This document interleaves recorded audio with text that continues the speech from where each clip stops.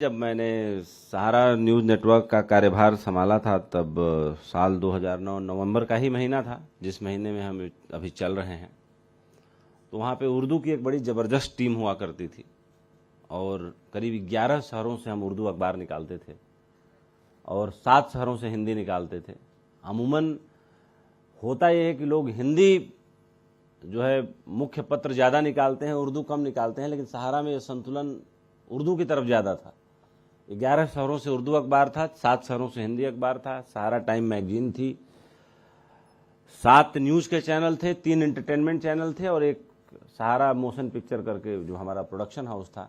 इस सबको संभालने का और सबको लेके चलने की जिम्मेदारी बहुत सालों तक मेरे कंधों पे रही और ख़ास तौर पे न्यूज़ डिवीज़न को मैंने करीब करीब 15 साल लगातार देखा ग्रुप सीईओ के तौर पे। तो उर्दू के साथ मेरा ये रिश्ता रहा कि उर्दू टीम खुश रहे, बढ़िया से काम करे, ये सारी व्यवस्थाएं मैंने सुनिश्चित की, लेकिन उर्दू के शब्दों का ज्ञान भी बहुत प्राप्त किया। लेकिन एक मलाल रहा कि मैं उर्दू लिखना नहीं सीख पाया। मैंने कुछ प्रयास भी किया था लेकिन वो रह गया।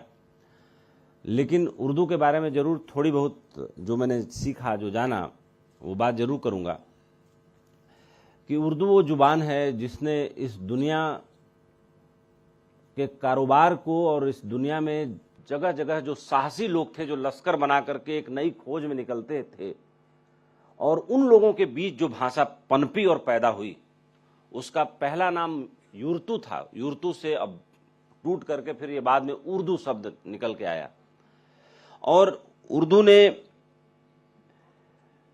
किसी एक आदमी की या किसी एक जुबान की या किसी एक धर्म की या किसी एक देश की ये भाषा नहीं रही।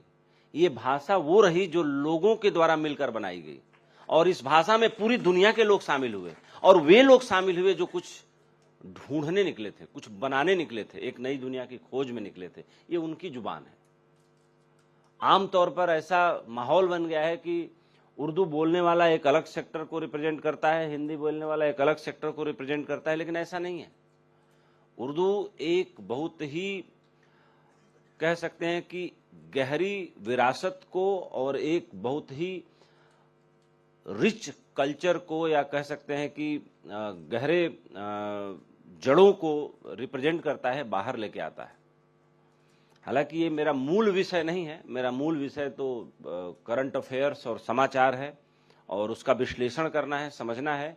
भाषा विज्ञानी मैं बिल्कुल नहीं हूँ, लेकिन मुझे लगता है कि आज के देश में जैसे संस्कृत के बारे में कहा जाता है कि स्पेस साइंस में जितना काम हुआ है, उसमें सबसे ज़्यादा सहयोगी भाषा अगर कोई रही है इस दुनिया में, जो रसिया और अमेरिका के वैज्ञानिक भी मुक्त कंठ से मानते हैं, वो संस्कृत रही है।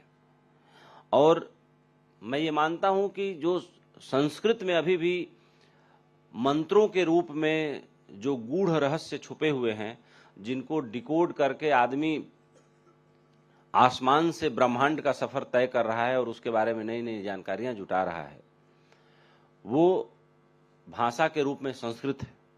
और जब इस पृथ्वी पर कभी संस्कृत बोली जाती रही होगी, मुझे लगता है कि राम के पहले ही अयोध्या में अगर राम का जन्म हुआ, भगवान श्री राम का जन्म हुआ और महाभारत में त्रेता में कृष्ण आए, तो उससे पहले जो हमारा इतिहास मिलता है, जो विरासत मिलती है हिंदुस्तान की धरती से, उसके बारे में एक बात जरूर कहना चाहूँगा कि आज हम अमेरिका की तरफ देखते हैं एक दो कारणों से, उस पर जगह जगह मैंने बोला है।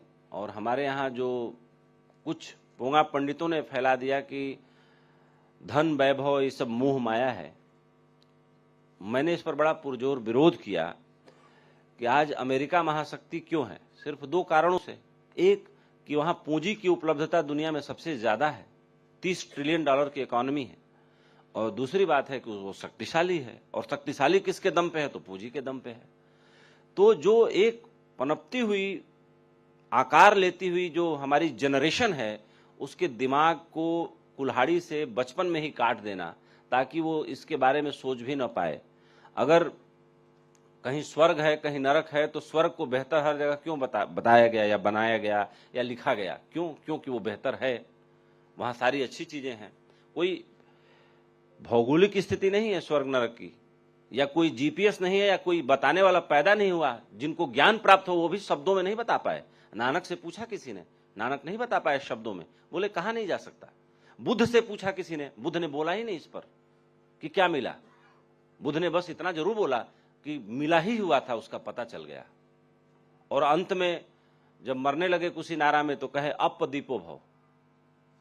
इसके बाद उनको क्या मिला, क्या ज्ञान प्राप्त हुआ, क्या प्राप्ति, इस बारे में कहीं बुद्ध ने कभी नहीं बोला। तो आज जो हम अमेरिका की ऊंचाई को देखते हैं और जो हम इतने प्रभावित हैं, मैं आपको बता दूं, अपने युवाओं को कहूं कि तुम अपने को पहचानो, अपने को जानो। तुमने बुद्ध दिया, तुमने कृष्ण दिया, तुमने राम दिया, तुमने कणाद दिया, तुमने विश्वामित्र दिया, तुमने अगस्त्य दिया, तुमने वेदव्यास दिया, तुमने ज्ञान की वो उच्चतम शिखरों को छुआ जो अमेरिका जैसे देश के लिए सोचना भी मुश्किल है। और हमारे यहां ज्ञान की किसी निचाई का जो तल है वो अमेरिका के ज्ञान के ऊंचाई का तल भी नहीं है, लेकिन हम सब भूल गए। कुछ बात है कि हस्ती मिटती नहीं हमारी, सदियों रहा है दुश्मन दौरे जहां। हमारा अल्लामा इकबाल की एक कविता बड़ी सच थी। कभी हम सोने की चिड़िया थे, कभी हम विश्वगुरु थे, लेकिन अब नहीं है। कब किसी ने यह दर्जा हमसे खींच लिया और कब हम उसका दावा पेश करना भूल गए। दावा उसी दिन पेश करना चाहिए और झूठ के खिलाफ आवाज उसी दिन उठानी चाहिए जिस दिन आपको पता चले कि सच क्या है और झूठ क्या है। लेकिन अगर आप मौन रह जाते हैं तो कहा गया झूठ भी 24 घंटे में सच के रूप में तब्दील हो जाता है। तो हमने अपनी चीजों को पाने की दिशा में चलना ही बंद कर दिया, हमने खो दिया। हम नहीं यात्रा पर निकले। जब हम नहीं यात्रा पर निकले तो और लोगों ने यात्राएं शुरू की, और लोगों ने नैरेटिव बनाने शुरू किए, और लोगों ने इतिहास लिखना शुरू किया। अगर बनारस में बैठे 4 पंडित पंचांग बनाते हैं तो मैं बहुत ज्ञानी लोगों से पूछना चाहता हूं कि वो किस आधार पर बनाते हैं, कैसे उनको सौर की चंद्र की गणनाओं का पूरा ज्ञान होता है, कैसे एक एक दिन उसी हिसाब से घटता है। वो खगोलीय और गणितीय ज्ञान हमारे चंद्र तारों और सौर मंडल के मोमेंट को इतना बढ़िया से किसने लिखा? इतिहास बताता है महर्षि भृगु ने लिखा सबसे गहराई से। और उसके बाद जो रोम की सभ्यता हुई, या जो मैसेडोनिया की सभ्यताएं हुई, या जो पश्चिम की सभ्यताएं, उन लोगों ने यहां से उसको उधार लिया।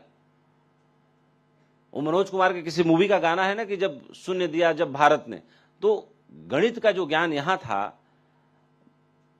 भाई रामानुजम के बारे में प्रोफेसर हार्डी ने जो लिखा वो आश्चर्यचकित करता है। पता नहीं यहां पे आप लोगों ने पढ़ा ही होगा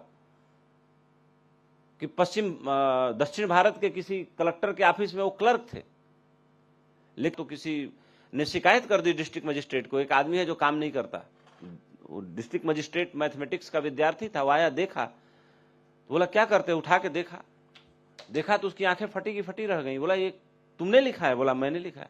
क्या करते हो? बोला काम निपटा के यही करता हूं। और उसने वो जो उनके ज्यामितीय प्रयोग थे और जो प्रमेय उन्होंने सिद्ध किए थे, उन्होंने हार्वर्ड के उस वक्त के सबसे बड़े गणितज्ञ पश्चिम के प्रोफेसर हार्डी को भेजा।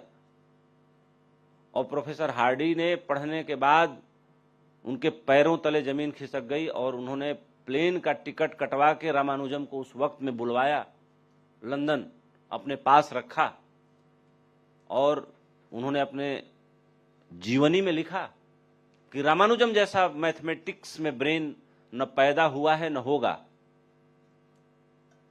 लेकिन तब तक प्रोफेसर हार्डी को ही लोग जानते थे कि दुनिया में सबसे मशहूर मैथमेटिशियन है।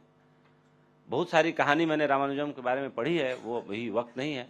यहाँ पे जो है बहुत सारे हमारे सम्मानित अतिथि बैठे हुए हैं, आप उनको सुनिए, उनके विशेष ज्ञान को सुनिए।